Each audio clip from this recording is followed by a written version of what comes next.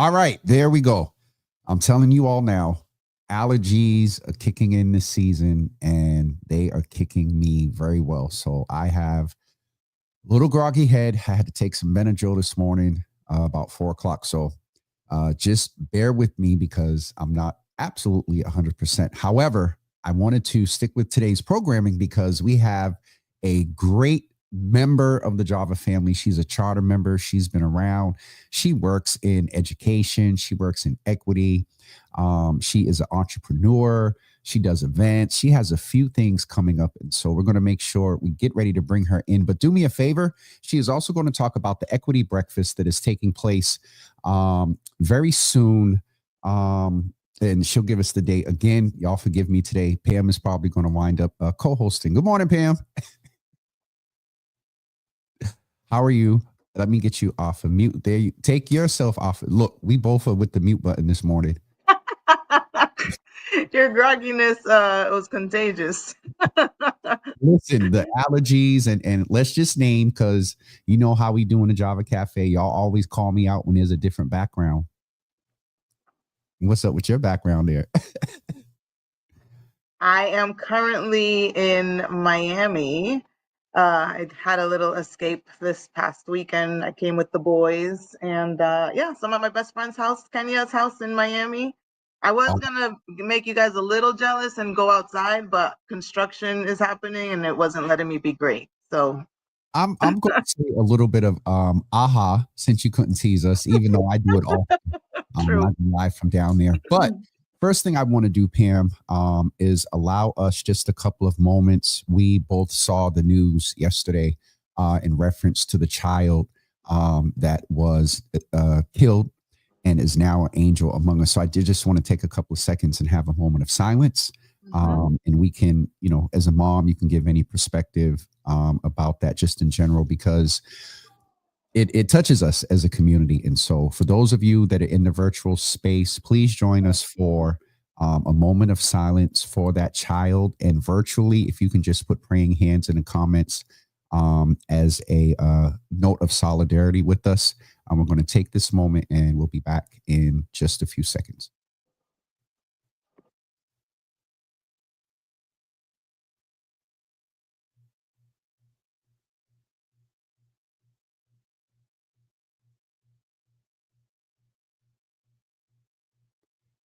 Thank you, Pam, for that. And I know I don't have to say thank you for that adjustment there. I wanted to do it before I brought you on screen, but again, not 100 today. But Pam, you know, just if you would like any commentary as a mom, you know, just safety and just speaking to maybe how the community, you're in the education space, you kind of have an idea how schools is supported and stuff. That's part of what you do. So not ideally how I would like to start off this morning, but I just want to give you space to say good morning. And if you would like to speak to that tragic incident yesterday.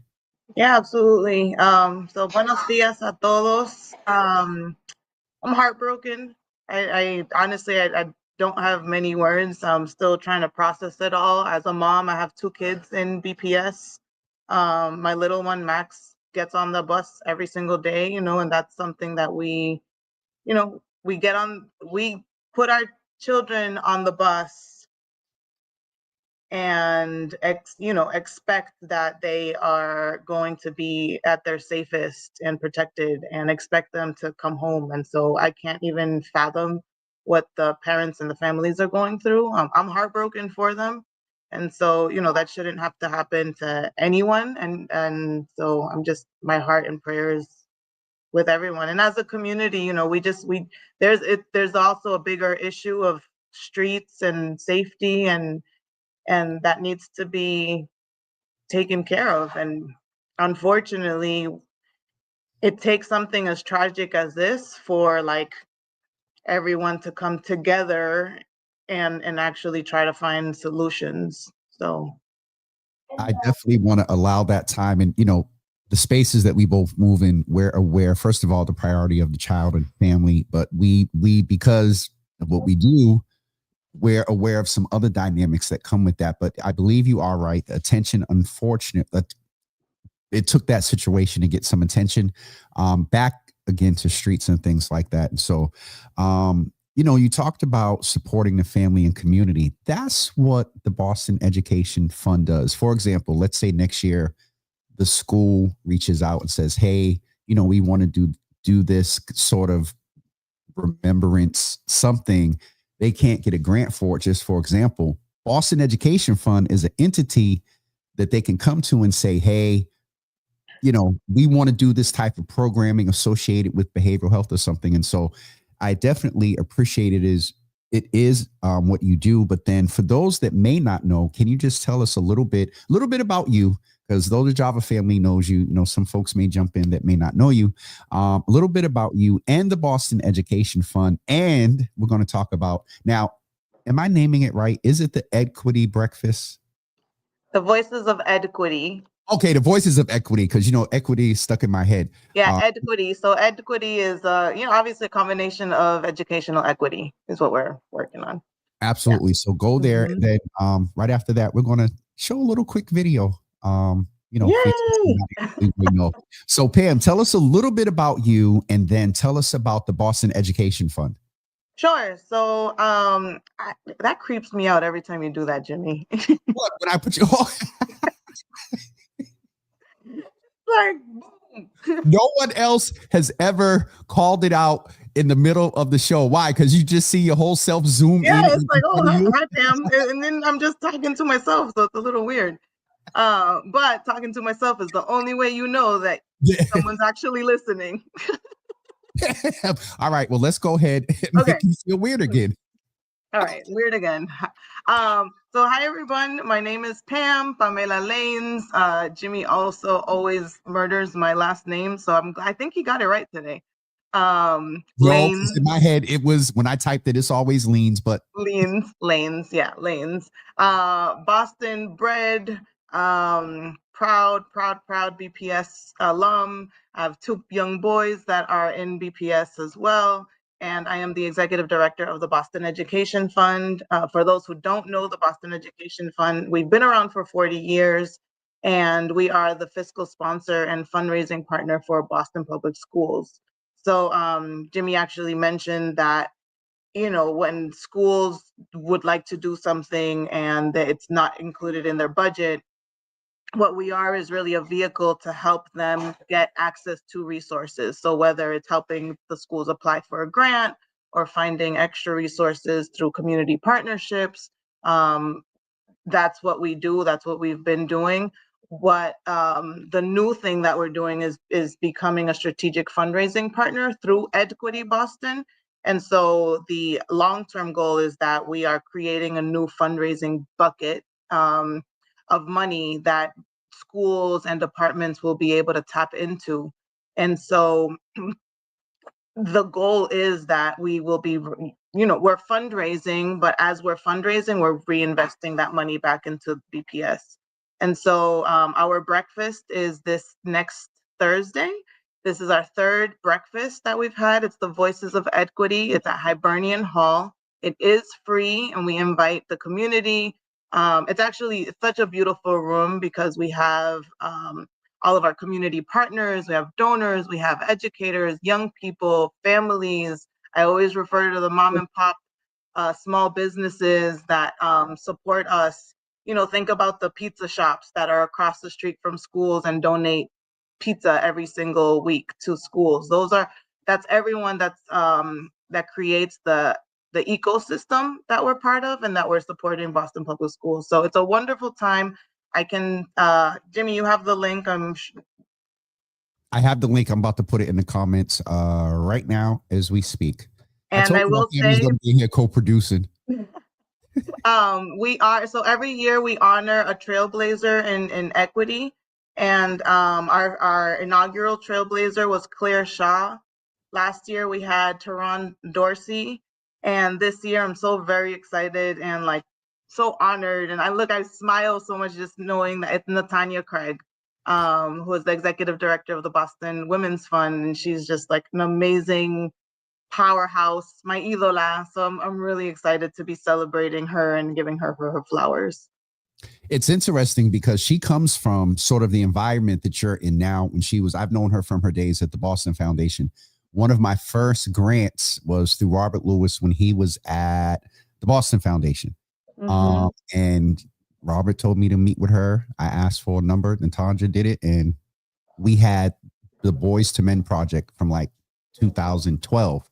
So I definitely know her work in community, and we've seen her ascend, along with Tehran and Claire as well, their contribution. So it's and one part of this, Pam, isn't there sort of a participatory budgeting piece to this as well? Right, yeah. So equity, let me talk a little bit about what equity is and the idea, the concept of it. So equity, I call it a movement, and I call it a movement because it's really I believe, and I've said this, you've had this on record a Yep. gazillion times.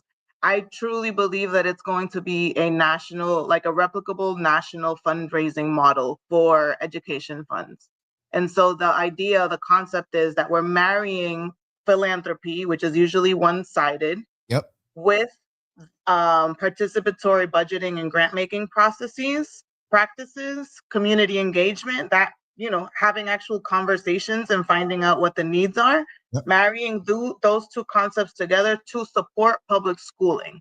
So that's something that like just doesn't happen. It has never happened. And that's what we're starting with Equity Boston. And so I'm really excited about that. And so the idea last year, actually, what we did was we wanted to give folks a glimpse of what this would look like and will look like.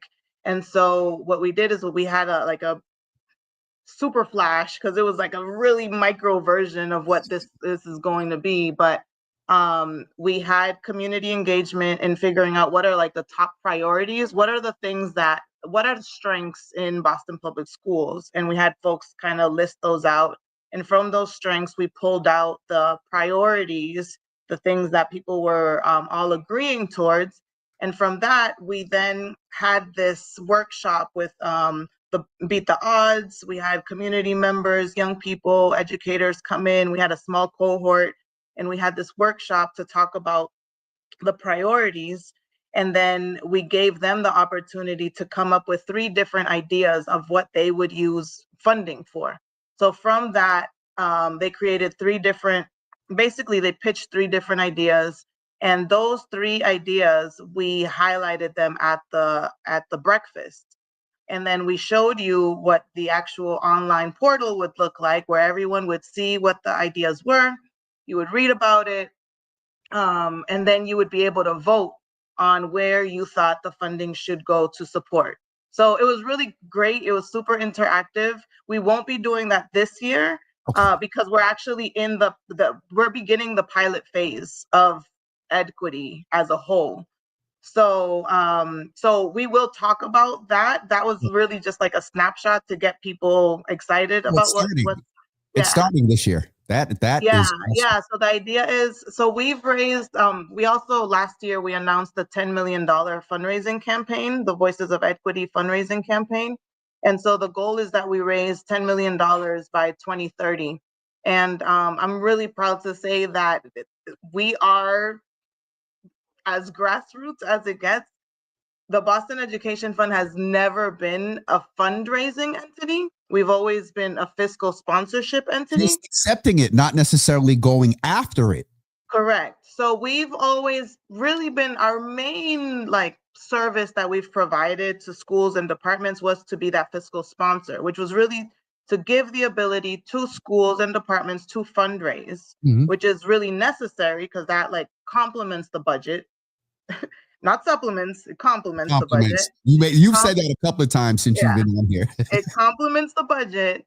But also it's, I forgot what I was saying. See, you like threw me off. It's the $10 million that you were raising funds, and the Boston Education Fund has never raised funds but just accepted it. That's where Correct. you were. Yeah. So we've really, our what we've always done is be the fiscal sponsor. So we've been the vehicle to receive funding, which is super necessary. And I always say this too, A&D capital letters, it's super inequitable. So in a way, we were inadvertently like sustaining the inequities. Yep. Through that And process. so what we're doing is, while that we're acknowledging that that service is very necessary, and we're complementing that with making sure that we're not sustaining the inequities, but actually actively doing something to advance educational equity and make sure that everyone has access, equitable access, not just access, equitable access to resources. And that can mean all sorts of things. You know, it's not just financial, it's access to community partners, access to funders, access to space, you Yeah. know, all anything under that, just to help schools and departments and our babies get what they need. I have to say that, we're about to show the video in a minute, but this work, and I forget that, I kind of associate the Boston Education Fund since you've been there, but it's been there since, a much longer time than that. But, I'm a result. People like Shagun Idawu are a result. Rob Eugene are a result. And I could tell me the sister's name because I always forget her name and I feel bad with all Kathy Lebron. Kathy. We're about to see sort of in action what Pam is talking about. And I believe this was the campaign start for the $10 million. Am I correct, Pam? Correct. Yep. Okay. So Yep. we're going to allow you to see that in just 2 seconds. Now, Pam knows more than most that tech doesn't. A proud Okay, there we go. I'm going to shut up. of Boston Public Schools.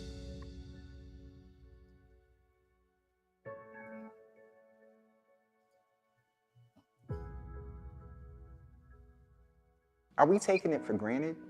We're in a city that prioritize, on the context of this being an education hub, it is morally college and up.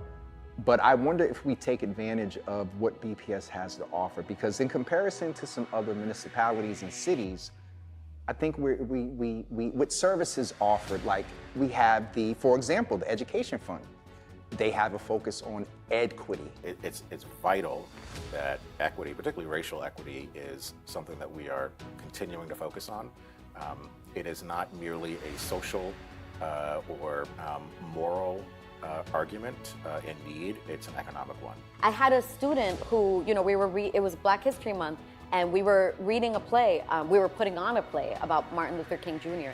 He was in 2nd grade, and he was like, "Miss LeBron, this is the first time I see a book where I look like the person on the cover. Why is that?" And to me, I was just like, we are failing these children. We are failing them. If you have gone from kindergarten or even pre-K through 2nd grade, never seeing yourself represented in the books that you're reading, we are failing you. So Boston Light was part of the Dual County League. So we were the only city school in that league. And so we were playing against schools, Acton Boxborough, Bedford, Wayland, Westford Academy. And these schools were like elite especially in terms of like sports facilities. I mean, I'm talking about weight rooms, actual football fields. Our weight room was probably the size of like 3 closets, and we didn't have a football field. We had to like travel to go, if we wanted a football sized field to practice on, we had to travel to practice on those facilities. We had like a dirt patch next to us at that time. So like, in comparison to those schools, we were like, the ones that were shortchanged. Even as young children, right? Like our voices matter, and that, we have power. We have power to make change in our schooling system and in our communities. The first thing that stands out to me is the participatory budgeting. The community in which the Education Fund desires to serve, they're making the decisions about that. Marrying philanthropy along with that model is huge. It's something that needs to shift, because at the end of the day, those that have those resources, we appreciate them, but your resources could have so much more of an impact if you let us decide how to spend them. And so I don't think it's far-fetched to believe that what has been started here is going to remain here. I mean, at the end of the day, people look to Boston for leadership and for what can we take from you all and adapt to our community. So, I think you're correct. It was my sophomore year of high school. There comes in this tall Dominican woman, and we were all like, "Oh, who's that?" And she was our Spanish for Native Speakers teacher. And so we sit down with her, our first class. It's like a very small class. I think it was like 5 of us, right, with her. And I didn't realize it at the time, but like, wow, the impact that she would go on to have in my life was really instrumental. In terms of education, I think if we can start to help early and start, pouring into students at an early age and providing the resources that they need to succeed in their future, like that's where to start. Something Congressman Presley talks about the people closest to the pain ought to be the ones in control of the resources and decision-making.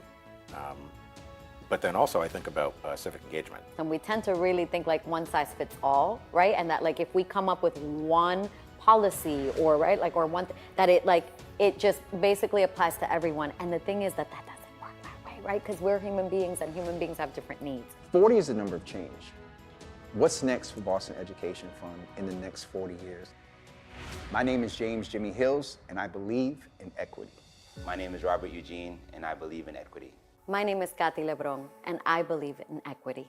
My name is Shagun Idowu. I'm the Chief of Economic Opportunity and Inclusion for Mayor Michelle Wu, and I believe strongly in equity. So we just have to give a shout out to our good brother D4, who produced that. And it is an awesome production. So I just want to admit that was not planned. That was the day we did that was the last time you was on the show, wasn't it? You were like, Jimmy, I need you to do something. Pam, come off of mute. Yes. Right, we got you. That you was like, we need to do this. And so I told you, I often forget that I saw myself cited there, that it's a 40-year history that the Boston Education Fund has. So let's talk about the breakfast. Folks are going to come out on Thursday, May 8th. I just want to remind people that the hyperlink is in the comments.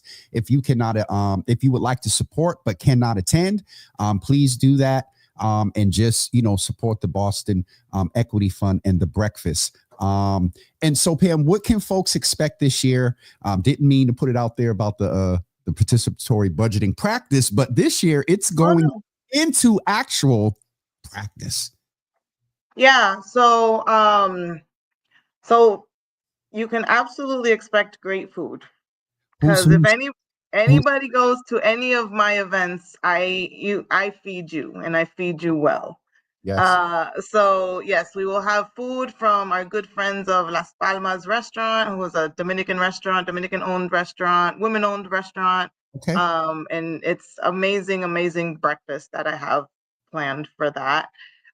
You can definitely expect to be in community to build.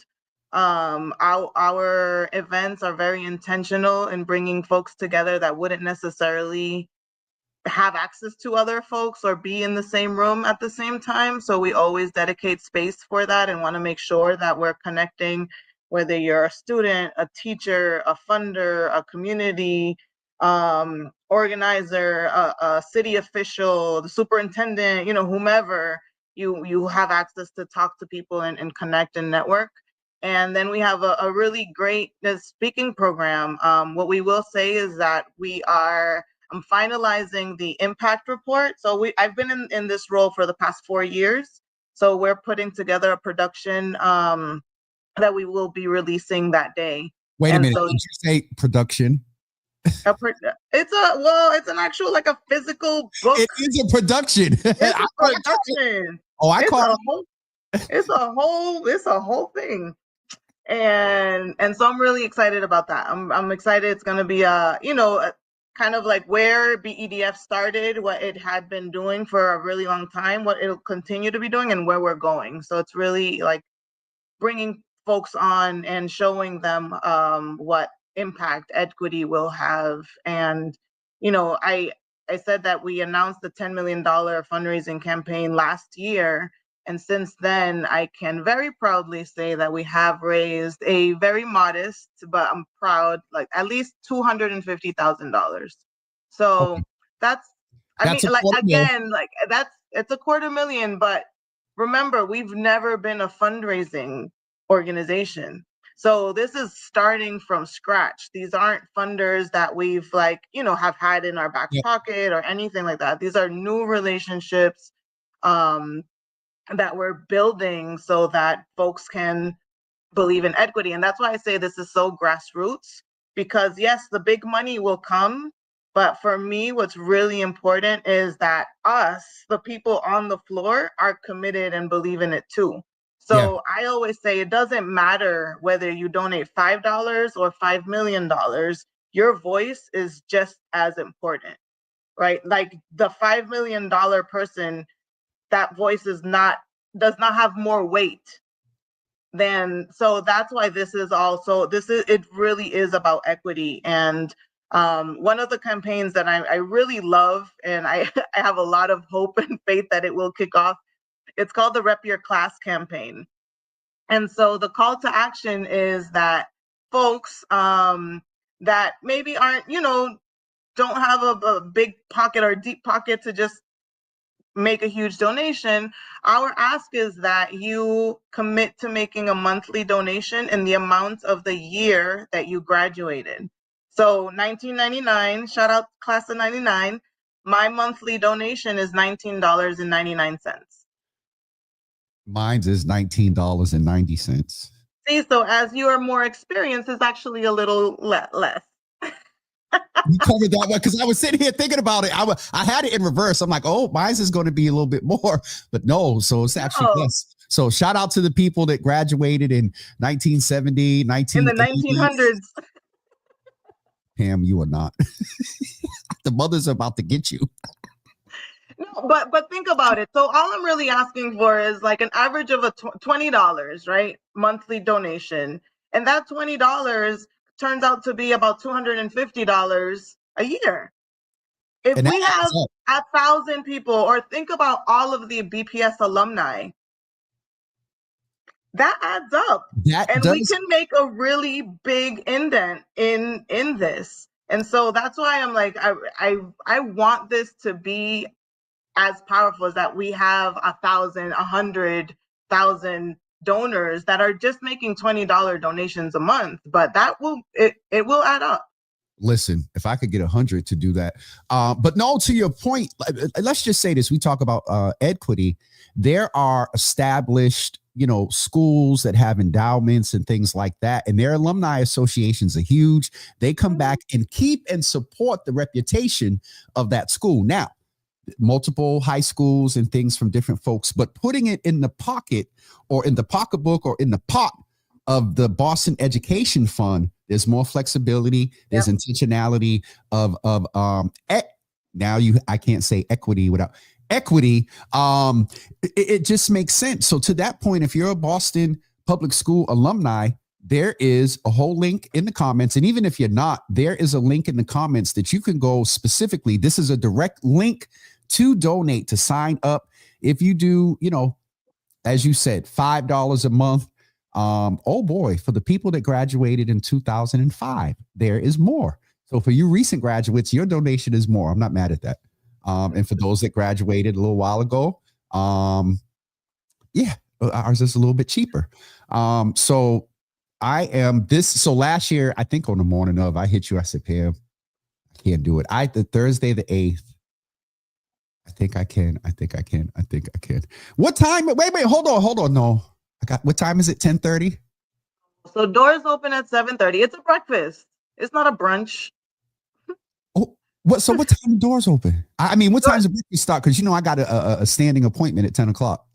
No, yeah. So it should be done right by 10 o'clock. And you live down the street. I don't want to hear it. Jimmy. You don't have to. Doors open at 7:30. Doors open at 7:30. Speaking program will start around 8:15, and we should be done by 10. Awesome. And to Dina's point, she's saying we need to have homecoming to make intentional space to host these fundraisers, much like they do down south. And so I talked about more up here, but Dina makes the point too for us alumni to figure out how we can support. It may not be a direct high school. There's some high schools that have their own little funds and whatnot. Listen, I went to Latin school. I graduated from Latin school. And so I was trying not to say no names, but no. But I say this all the time. I'm a proud Latin school alum. Yep. And I will call out how effed up it is. I know it's morning time. The inequities in it, because there's absolutely no reason that all of the high schools in Boston should be held to the same caliber, to the same expectation, to the greatness. I went to Latin school, and day one, they tell you you're great. You're here because you're great. Like that was just like ingrained. Yep. Did I get straight A's and honor roll? No, not at all. But I went to a school that made me feel like I belonged there and I deserved to be there. And every single student, there's 46,000 BPS students right now in BPS, 46,000. Do we have a number of how many people graduated in the last, do you have any data? Just give me a random number. Not off the top of my head. No, I don't have that off the top of my head. But I will say that, like, again, going to Boston Latin School and seeing how active the alumni are, like, and how money just kind of stays in there, there's no reason why BPS as a whole can have as a district and with so many alum that we should all be contributing to that. And I also think that schools like Boston Latin School that have their own foundations, they should also be contributing to something like equity, so that and spreading the wealth. No one's taking away from that, right? But I think that there should be there's a responsibility to making sure that, yes, you're the best school, the high school in the city, but there's no reason why you shouldn't want all of the schools in the city. That's real equity. That's right. Real equity. And to your point, I don't know how many graduates, but this is a very, very low number. I just did half of the 46 that you mentioned that are in right now. 23,000 people on average, depending on their graduation year. Let's just say nobody's going to be paying $15 because they're not here no more. But if on average people gave $15, that's $345,000 a year, Pam. Yeah. That's just a random 23,000, half of the 46. So listen, there is a different pride in Boston these last few months. There's pride because our city had to stand up in DC. There's pride because, though technically not Boston, Harvard is attributed to Boston. Their stance for committing to equity. And so we need to take that same level of pride with being a Boston public school member. That day I did the interview was one of the first times that I sat and I was kind of like, I'm proud to graduate from BPS. You know what I mean? That's not ingrained in us to be, you're just going to school. You're right. And there's amazing, amazing people, products of Boston Public Schools that are just not as uplifted as like the exam schools. And that's just the hard reality, right? Yep. Those are easier to find, but they're amazing people nationwide that have graduated from Boston Public Schools, and they're just, it's just not, they're not uplifted the way they should be. And that's one of the things that the Boston Education Fund does. Like those folks that are in that video, the other brothers in that video and that sister are doing great things and are products of Boston Public Schools. And so I'll just go ahead, I guess, and mention it now only for the context of greatness out of Boston Public Schools. I just got notice Friday, Saturday that Madison Park High School is giving your brother a Lifetime Achievement Award. Do it. Do the noise, Pam. Do the noise. We were somewhere the other night and someone made that noise and I was like, where's Pam? We were at the Eric's practice for TEDx and someone did it the other day. I was like, where's Pam? But yes, I only named that because I'm a proud graduate of Madison Park High School, class of 1990, Boston Public Schools. So that's amazing. Congratulations. And it's very well deserved. Thank you so much. And to Dina's point here, and Dina, this is what the Boston Education Fund will be able to do where maybe the district can't. That's another conversation, because even when our kids gather in a peaceful way, they are now criminalized. So of course the community thinks about safety over raising funds for school. That's that you got to have safety, but if it's done through a lens and a deficit lens of looking at the young people, criminalizing them. Well, anyway, we'll get off into a whole nother subject. Right. Someone else that's someone else's job. Yep. Our job is to focus on the schools and our babies. I wake up and I know that I am here to figure out how to bring more resources, how to make sure that our schools, our departments, when I say departments, I mean like as a whole, like athletics, arts, science, and that our kids have everything that they need to thrive and be great. I have two kids. They're both in two very different schools. One's in high school now, the other one's in elementary school. But even and I see how vastly different the cultures are, what the access to fundraising and like the things that they have at those schools. It's two schools in one household. In a very imagine in one household, imagine the difference in two neighborhoods. Imagine the difference in two regions of Boston. And again, I recognize that I come from a place of privilege. I know how to navigate these resources. Yep. Everybody. And I still struggle. I struggled with transportation. I struggled with finding a school. Last year was the year that I had to figure out where my son was going to go to for high school. And I wish it was like, oh, that's easy. Like I'll just feel. No, it was like months of doing research and figuring out what was the best school, the best fit for him, what made sense, all of those things. And I struggled with that, knowing that I know how to navigate and I have people I can call, and get information. But I would be doing a disservice in the work that I do if I didn't think about the parents that got here this year from another country, that have a language barrier, that have multiple kids. I have two and they're 5, almost 6 years apart. So there's, there was a gap there, but there are other families that have one back to back to back and they struggle. We all struggle. And Pam, let's just name, because Dina from Autism Awareness, and if you haven't connected with her, I would love for you to connect. Dina from Autism Sprinter, she just partnered with the city BCYF. They're doing adaptive aquatics where school-age children across the spectrum, and they had their second, but now going to be ongoing. And so young people across the spectrum of autism can go with the right ratio with the lifeguards and whatnot and practice adaptive aquatics. In that, Dina has also brought to our attention a lot with everything that's going on with educational policy change.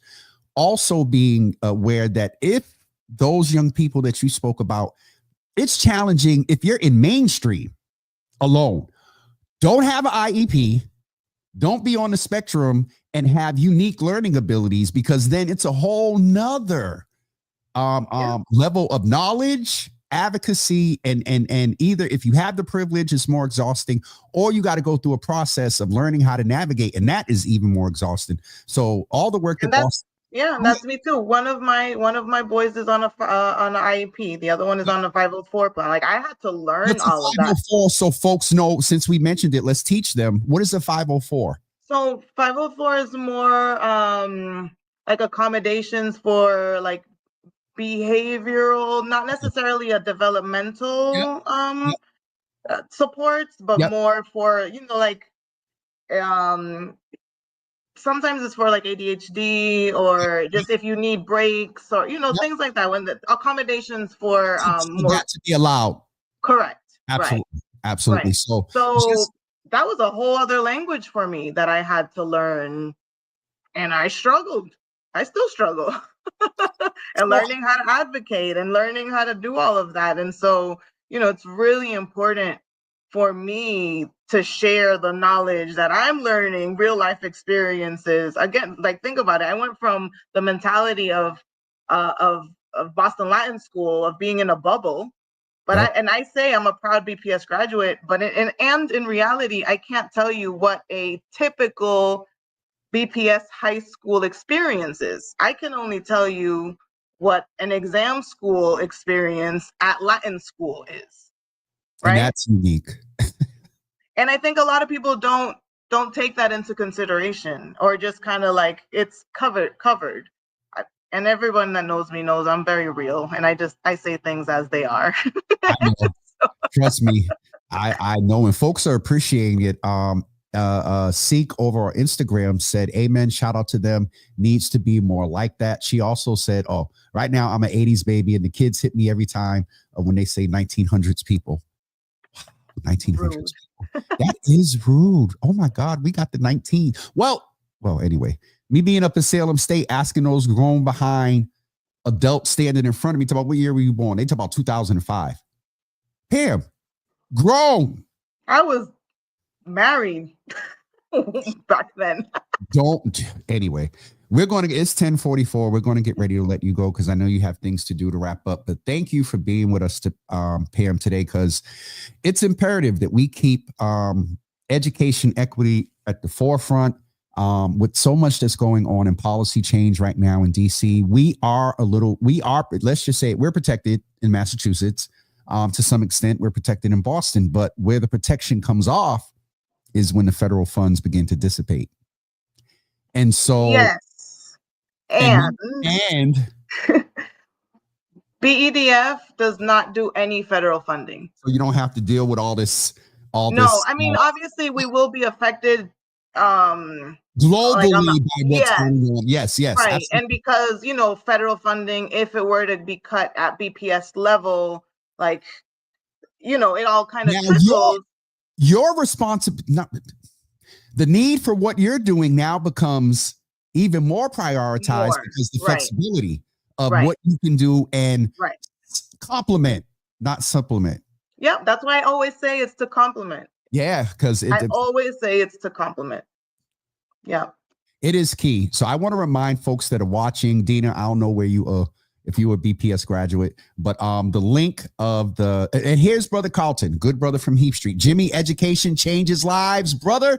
Let me tell you, I really believe that. I want to make sure that folks know a few things. One, in the comments, the link to get tickets to the event is here. Also, if you would like to sign up to support the Boston Education Fund, you can do that here. Every little bit matters. If you do $5 a month, that's $60 a year. That matters. If you do your graduation year, for some of us, that matters a whole lot. For Pam, it matters more because I think I saved 9 cents on mine. So where is the one for the donations? Let me just get that up so folks can see. So the flip cards one, that is the rep your class one. Yeah, that's the rep your class one. The breakfast is VOE 2025. I have it. It's a longer link, but this is the one for the breakfast, you all. It says Eventbrite. So that would be an indicator. That's for the breakfast. And then the other one to donate to rep your school, to raise the $10 million, or just to donate to Boston Education Fund is this one right here. So just go click all the links in the comments. Yeah, you could just go to Boston Ed Fund, BEDF.org, sorry, BEDF.org, and you can see all of them. I tried to copy it here, but it might. Let's see if it does the short link. Hold on, because sometimes I when you click in it, it doesn't give you the short link. It gives the whole one. But this is the one that you all can go to get all the information about Boston Education Fund, everything from donation to campaigns and things like that. There it is right there, and that also with the other two is hyperlinked in the comments. So, Pam, thank you. And I'm going to go give some commentary and get off of here. And I will, Milagros in here messing about Jimmy. That just means you're older. I will go and, share some things, and I will check in with you, soon. Our next one has to be in person at the shop again. Okay. At the shop or here. Cause, my little setup here is set up. Fancy. I almost called you last night, but obviously you weren't around to see if you wanted to stop by the crib. Cause I did it yesterday. We could have made it work in person, but yes. And there's some other reasons so Boston Education Fund, where you are, you're in a very interesting area geographically.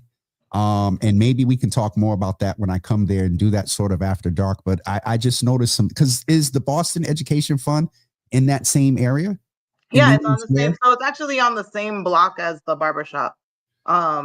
It's right. Our office is right on Roxbury Street. So that little street that connects to Washington. Yep. That's where our offices are. And so we've been there for 4 years and right across the street from the bowling building. Okay.